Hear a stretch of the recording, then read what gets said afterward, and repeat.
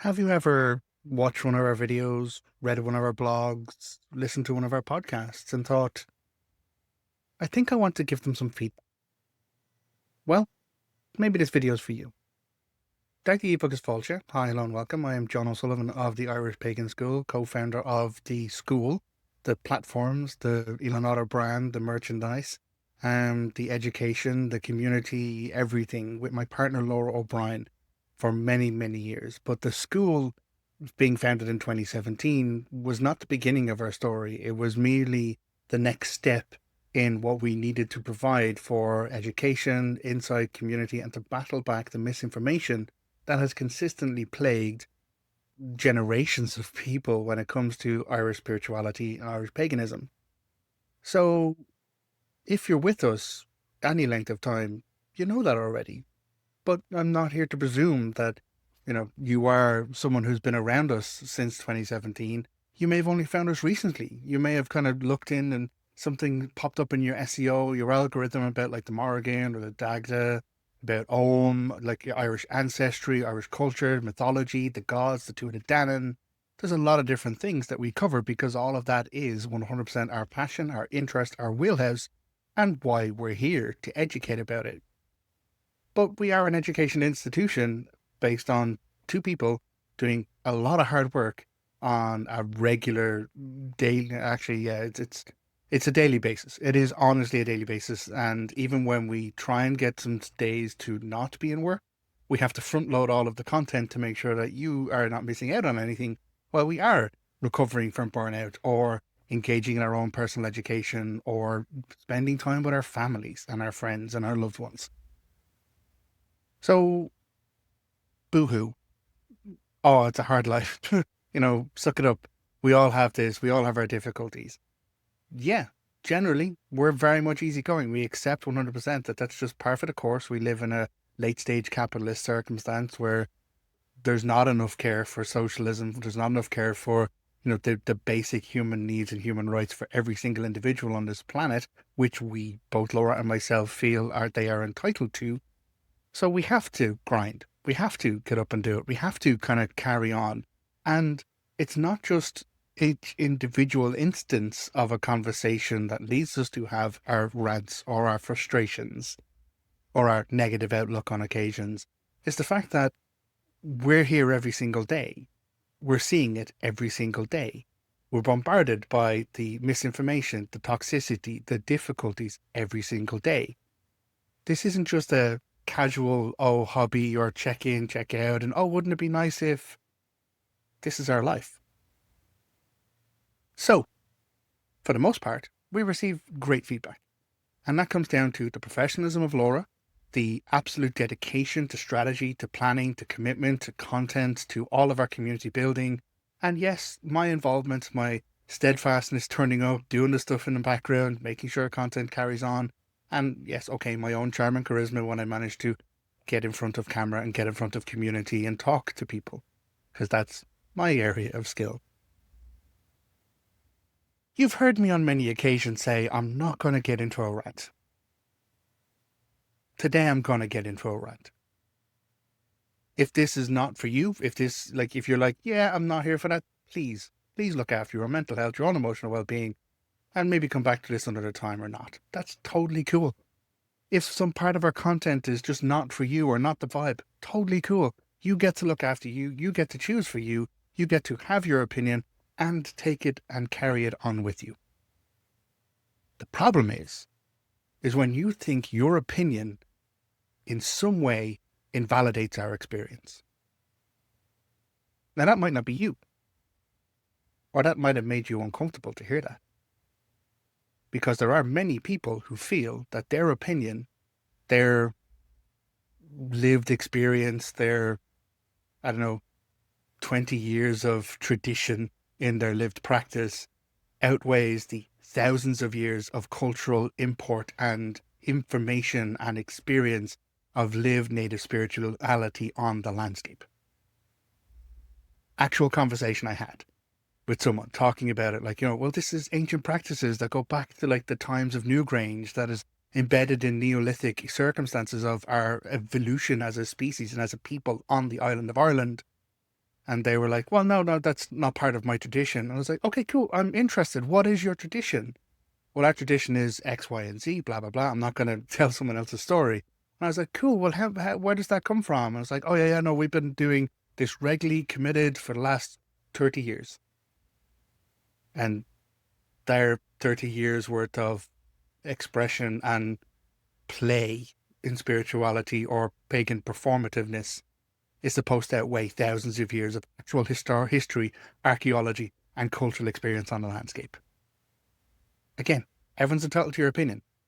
Call it personal gnosis, call it your own experience, call it your unique experience when it comes down to your spirituality. We talk about that all the time and we encourage that. But your unique experiences should be based in lore, should be based in previous experiences, in understandings of psychology, in understandings of spirituality, in understandings of mental health, neuroscience, everything. Otherwise, it's fiction. I write fiction. I know what fiction is. And I'm very careful when it comes down to the areas, because I'm a bard, and the medium in which I explore my relationship with the Dagda is fiction. It is the stories, it is the ancient myths, it is the land of our culture and country. It's going back into pieces of information like this book right here, A Guide to Early Irish Law. Again, Fergus Kelly, this is one we recommend, it's a good resource. But I dig into the Irish law and then I'm reading what we have written down in these medieval manuscripts about the old laws of Ireland. I then compare that to the mythology that we have, again, written down in these medieval manuscripts dated between the 11th and 12th century, with language dating between the 8th and the 9th century. And then some parts of it begin to click. Oh, well, it was against the law for a king or a chieftain to do manual labor because their effort was supposed to be ruling the people, providing security, negotiating boundaries, disputes and issues. They're not supposed to be digging ditches.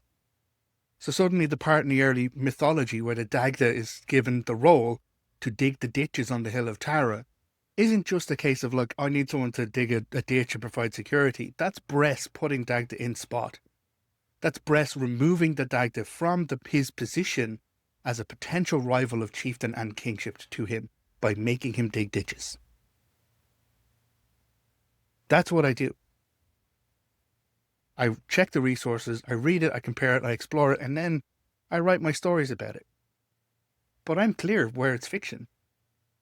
And I say this is my interpretation of these pieces of fact and information we have from medieval manuscripts, and here's my retelling of it in a modern sense.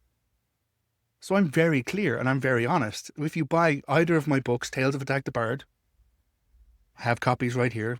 You probably have to buy them online, or if you really want, you can send me an email and I'll see if I can post you one. I don't know. But the idea that someone's personal experience carries more weight than the lived experience of Irish people, the native experience of Irish people, is frustrating like fuck to someone like me. And one of the more common examples we have seen in the past is, well, why is it all political? I just came here for spirituality. I didn't come here for politics. Buckle fucking up, princess, because Irish culture has always existed and rebelled against oppressive dominion and damage from colonizing forces.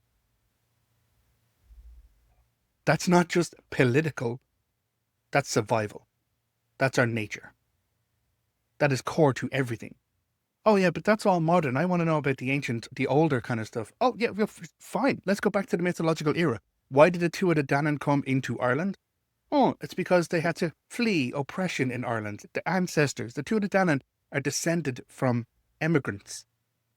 The Tuatha Dé Danann come into Ireland as immigrants coming in, having been driven out. Their forefathers, their ancestors being driven out. And we know that because it's in the mythology. It's in the stories.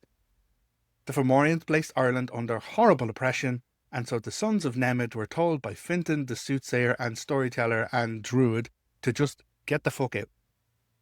There's nothing for you here. Get out. Leave. And so the sons of Nemed fled Ireland. They fled oppression. They fled colonization. And they went, and they were then the immigrants in other places in the world. Semyon, son of Nemed, his people made it as far as Greece. And what they found in Greece was more oppression. But they put up with it. They found they were given a scrap of land on a mountain and they just hauled dirt. They irrigated, they put the effort in, and they turned it into a beautiful place for them to irrigate, grow crops, and live. And the Greeks came along and was like, yeah, it's a really good stretch of land. Yeah, we need you to move. Fuck off to this worst place. And they did. And they did it again. They terraformed that area. They brought in more soil. They put all the efforts in to change the landscape. And then the Greeks came along again. We're like, oh, well, we kind of want that land as well. So fuck off somewhere else. At that point, the descendants, because we're generations down the line here, decided, fuck your shit, we're out. We're going back to our ancestral homeland, this island on the edge of the world, where it was our people. And so they took their bags, they made boats out of it, and they came back to Ireland. And that made them the Fir Bullock. And they were the tribe of people who arrived into Ireland before the Tuatha Dé Danann came back. They're descended from Beothuk, son of Iran Bale, the soothsayer, son of Nemet. I have all of this in my head because I love and I'm passionate about the stories. So our mythology has always been about people moving in and out of Ireland. So if you're going to think for 1 second that Irish people are going to be holding our wished when it comes to genocide around the world, fucking jog on. Bring it to the more modern sense. Yeah, okay, oh no, don't get political. Yeah, when the British were oppressing and destroying Ireland and eradicating our culture with everything they could, when they finished one of their wars and had a whole lot of soldiery that they had nothing to do with them, what did they do? They sent them to rebellious Ireland to put us in line. They covered them in various forms of khaki armour and they just dumped them on Ireland as a terror force. They were known as the Black and Tans and the Auxies or the Auxiliaries. And so they proceeded on a horrible human rights atrocity on women, children, elderly, everybody in this campaign to put down the rebels in Ireland. And then eventually, when, we had done enough, when we were like, okay, we're struggling enough, we fought a lot of it, England are like, yeah, okay, we got to take those highly trained, horror, terror tactic soldiers. We're not bringing them back. Where are we going to send them? Oh yeah, well, there's another difficulty over in the Middle East in this place called Palestine. So they took all these horrible fucking bastards, put them in Ireland to do terrible things to our people. And when they were trained, when they'd cut their teeth, when they'd learned all of the worst things you can do to a person, they then took them and they put them in Palestine to do the same fucking terror things there. Oh, I'm using bad words. Oh, I'm being negative. I'm being real. This is history. This is truth. This is fact.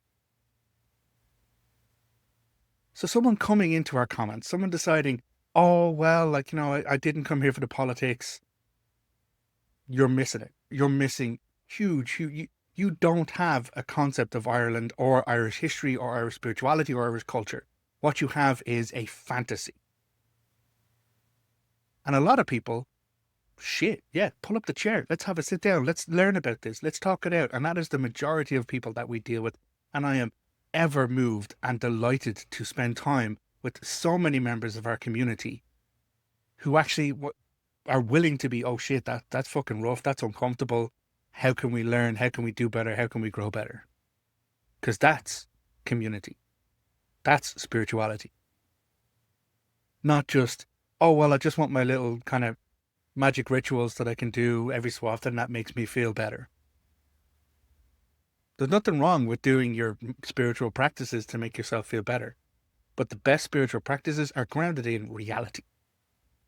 They're grounded in honesty. They're grounded in integrity. They're not just co-opted and stripped from some other culture. Oh, I learned about chakras, so I think I'm going to just start using chakras as part of my thing without honouring the culture that comes from. Or worse, I'm going to take chakras and I'm going to take Irish poetry and I'm going to shove chakras into Irish poetry, mix it all up and then tell people that that's the true origins and the true meaning of the cauldron of poesy. And if anyone disagrees, they're the ones who are wrong. By the way, I disagree. Cauldron of poetry has nothing got to do with energy centers and chakra energies moving through your body. Read the fucking poem. Read the translations of the poem. It is an expression of how to understand emotion. how to portray emotion, how it is to be human, to move through the concepts of your cauldron of thoughts, your cauldron of transformation, your cauldron of energy as it moved through your body. But that's you learning more about you, not cobbling on other cultural circumstances just because it seems to make sense. But again, that's been done for fucking thousands of years. Julius Caesar, one of the greatest people for a whole lot of fucking writing, propaganda and biased it may have been, but he went out of his way to at least document what he saw. And so he documented all of these druidic practices, but then he decided to shove his own narrative on it. He tried to shove, oh, well, obviously they're worshipping the wrong gods, or what they think is the gods, but the only gods are the Roman gods. So when they're talking about Carnunnos, or when they're talking about like Succulus, or when they're talking about whatever, they actually mean X, Y, and Z. Chew that up, regurgitate it, smash it all over the place, and next thing you know, you have Lu being referred to as a sun god because he's like Apollo. Because you have to have an Apollo-like figure. No, you fucking don't. And again, I've done a video, Lu's not a sun god. But Indo-European circumstances of the old themes and etc., yeah, okay, I understand that there's Indo-European origins to a lot of what we think of as our current evolution. But it's what we think of and our themes. Indo-European roots may extend for many, many places, but if you just try and drive it all the way back to, oh, well, the Indo-European origins of all themes and all stories and all expressions and all language, then why don't you just drive it back further? And it's like, well, it's all out of Africa anyway. What you're doing is a disjustice to every single people, every single tribe, every single group of cultural growth and evolution that happened within their own landscapes. And that's why Lu or Lug in Wales is fucking very different to Lu or Lug in Ireland. Oh yeah, but they have cognates. Oh yeah, but they're kind of the same. But they're very much different, because Welsh people are different to Irish people, are different to Scottish people, are different to like English people, are different to French people. Oh yeah, but we need to like bring it all together and understand the roots of it all. Yeah, from an academic point of view, good. Explore all you want from an academic point of view. But do not come in and tell me that the cultural evolution, the growth, the expression and the beauty that comes from a native experience within a native culture is wrong or not good enough. I warned you it was a rant. I made someone very upset once when they saw me angry. I don't do angry very often, but I've been made angry quite recently.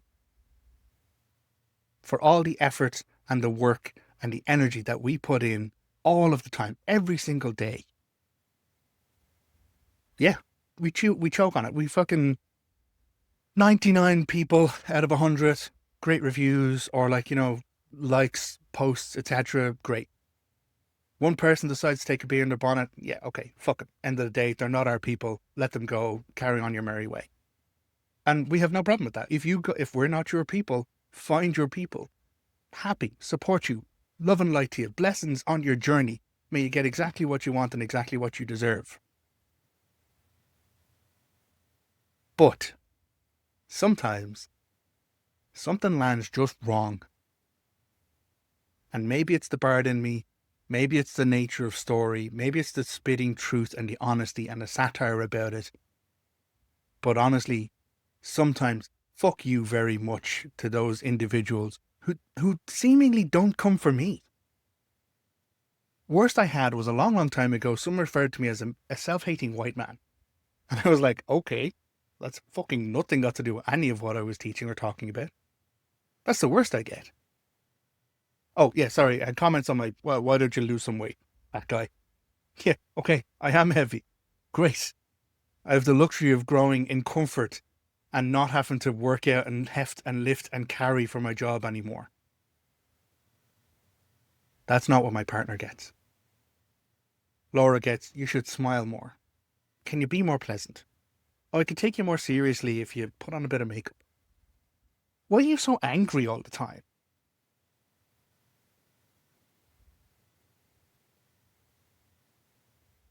It's wrong. It's an injustice. And again, it's people entitled to their opinion, but choosing to force their opinions and their commentary on other people in just because they have a discomfort or it's not exactly how they like it. And that bothers the fuck out of me. If I got the same kind of hate, if I got the same corrections and vitriol, then yeah, okay, at least there'd be fucking parity. But no one comes for me on my comments. I'm a middle-aged white man. Everyone listens to me. Okay, if you are listening to me, then be fucking better. Don't expect everything to be catered, tailored, and oh well, I need it to be like portioned up and exactly presented in this glowing service with a smile expectation for me to be able to parse it and to understand it. Fuck you very much. Park your entitlement. Get over yourself. Now, most of you, this isn't for you. But I can't tell you how many times I've been told, well, actually, no, again, I have been. Actually, I could tell you because it happens very infrequently. There's been 3 occasions where people have commented like, could you not use the bad words? Fuck off. This is Ireland. We use expletives not as swear words or bad words. It's expressions of cultural affection and affirmation, and also scientifically, it's saving my life.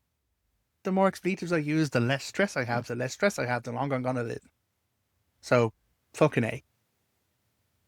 I could take you more seriously if you weren't cursing. Okay. Then you obviously don't know Irish people. You don't know what it is to be around friends in Ireland. And actually, time and again, people, oh, Irish people are so polite and so nice. Yeah, because you're a stranger. When I'm around my own friends, we're like, ah, yeah, you're a fucking bollocks, go on with you. That's familiarity. When you can look someone, like one of my things with my best mate ever, Trevor, is where we look at each other in the eye and he's like, you're a right bollocks, aren't you?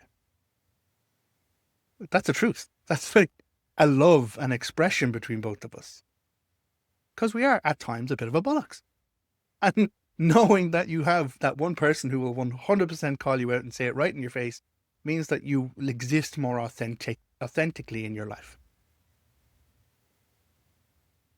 I said it was a rant. I warned you. If you're still here, Jesus, we're coming on to 20 fucking minutes. We do this because we care. And Lora cares more than I do.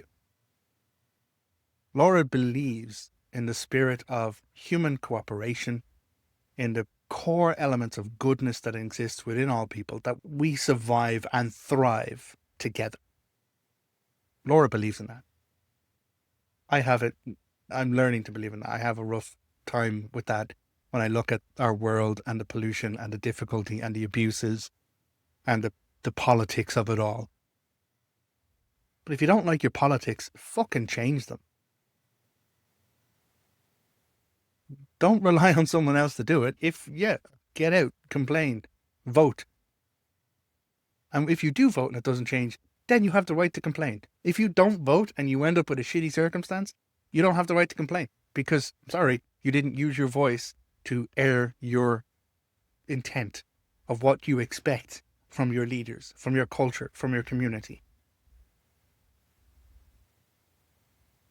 Don't be a fucking shithead.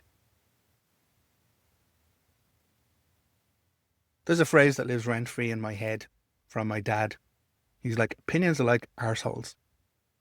Everyone has one. But some are more full of shit than others. Oh, I'm using bad words and expletives. Yeah, okay. And all of this is my opinion, which I'm entitled to. And I'm using the platform, which I have generated, which my partner and I, Lora, have put together, to call out what I see as an injustice, as an imbalance. Lora deserves none of anyone's disdain. Yeah, Lora might look tired in some videos, of course. We work fucking dog hard to provide everything that we can for free and paid, which keeps our lights on and keeps us able to do this, which allows us to support our family and our grandkids. 159 blog posts, 82 courses at the Irish Pagan School, 208 podcasts, 790 videos in YouTube. It's going to be 791 when I post this one. The majority of that costs you nothing but your time. There you go. I think Laura did the calculation once, and surprising if you were to look at one piece of our content every day, whatever platform you're pulling it from, it would be over 2 years worth of content. And there's those numbers which I pulled again just before doing this video. We're actually approaching 3 years worth of content. Now, some of it, of course, we repurposed the podcast from the videos because the audio, some people don't do video, some people prefer to have audio. Yeah, absolutely. You might get the same content there as well, but that's business and facilitating, and that's supporting people with different needs because, again, not everyone is visual learner. Some people are audio learners. Some people are visually impaired and need an audio option to be able to kind of move through this world. And they're as valuable and amazing and fantastic as people, as the rest of people. Because we're all just fucking people.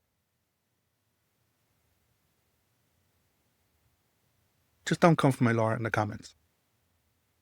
Unless you're going to come for me as well, equally. And sure, if I have said something that you disagree with, great. Let's have an honest, open discussion about it. Let's cite our sources. Let's learn more from each other. Let's be curious. Let's be passionate. Be open-minded. But if you're going to, oh yeah, you're just a fat white guy. I'm sorry. Thank you very much for showing me that you're someone I don't have to waste energy, effort, or time on. Told you be a rant. I'm not going to name names for who brought forth this latest diatribe from me.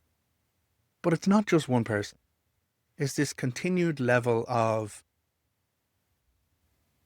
entitled expectation. And yes, some of it comes from culture.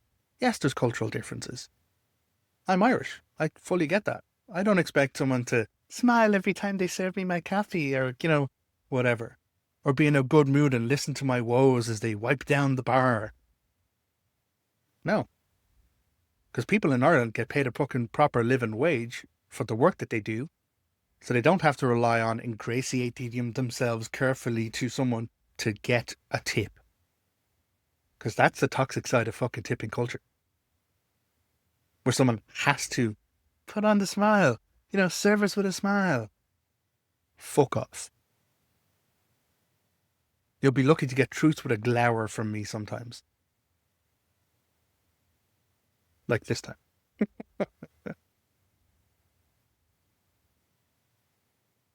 I'm not sure where I was coming from with this video. But we have over 2 years worth of free information available for you to dive into. If you're not sure, oh, well, what's the thing about, the she, the other crowd? Oh, what's this thing about Lou? What about Alma? What about the Morrigan? What about the Dagda? What about the other crowd? What about the Coo she? What about werewolves in Ireland? Search it. Throw it in. Irish Pagan School. Throw it on a blog. Throw it on YouTube. You'll find something on it. And if you don't, let me know. Because I'd be fucking delighted to share it with you. I'd be honoured. I will dive into my books. I will tear into all of my lore. I will find you the stories and the references, and then we can all grow and share together. We can all learn more collectively and collaboratively. But if you're going to expect me, service with a smile, to alter my tone for your personal comfort, to not be political or to not be real, then we're just not your people. And again, may you be blessed with exactly what you deserve for your behaviors. Right. Thank you very much for being with me today. As I said, it was a full-on rant. I did warn in advance that it would be a rant. Yeah, if you are inclined, leave a comment, leave a review. If there's something that you feel, oh, I really appreciated this, or I'd love to know more about that, do. I would love to hear that feedback, because then we all get to collectively grow together. If you want to tell me that I should get more sunshine in my face, I should try and smile more, I should try and curse less, I should be less political, keep it to your fucking self. And have a nice day. Slán. Goodbye.